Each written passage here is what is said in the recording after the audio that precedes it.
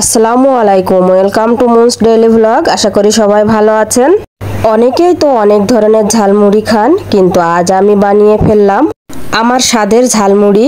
একেবারে ঘরোয়া টাচে, কিন্তু স্বাদে একদম রাস্তার সেই বিখ্যাত ঝালমুড়ির মতোই। তো প্রথমে আমি কুচানো পেঁয়াজ, কাঁচামরিচ, আর একটা স্পেশাল জিনিস লেবু কুচানো দিয়েছি, আর বিট নুন দিয়েছি, সাথে লবণ দিয়েছি। সব উপকরণগুলো এখন খুব ভালো করে মাখায় নিচ্ছি। আরও আর একটা স্পেশাল জিনিস, সেটা হচ্ছে মাংস। আমি এখানে মুরগির মাংস রান্না করেছিলাম, সেই মাংসগুলাই দিচ্ছি এর ভিতরে। মাংসের সাথে পেঁয়াজ, মরিচ, লেবু কুচি সবকিছুই মাখায় নিলাম। এইবার সেই স্পেশাল চানাচুর দিয়ে দিলাম।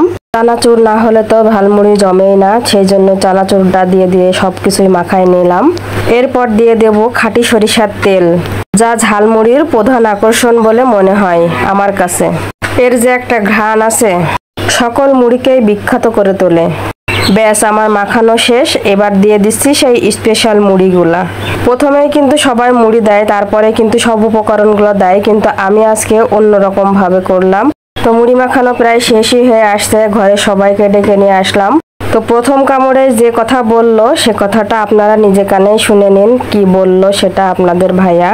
মাখানো অসাধারণ হয়েছে এবং অসাধারণ টেস্ট। আজ অনেকদিন পর মুড়ি মাখানো খাচ্ছি, কিন্তু এটা টেস্ট হচ্ছে ভিন্ন ধরনের টেস্ট হয়েছে।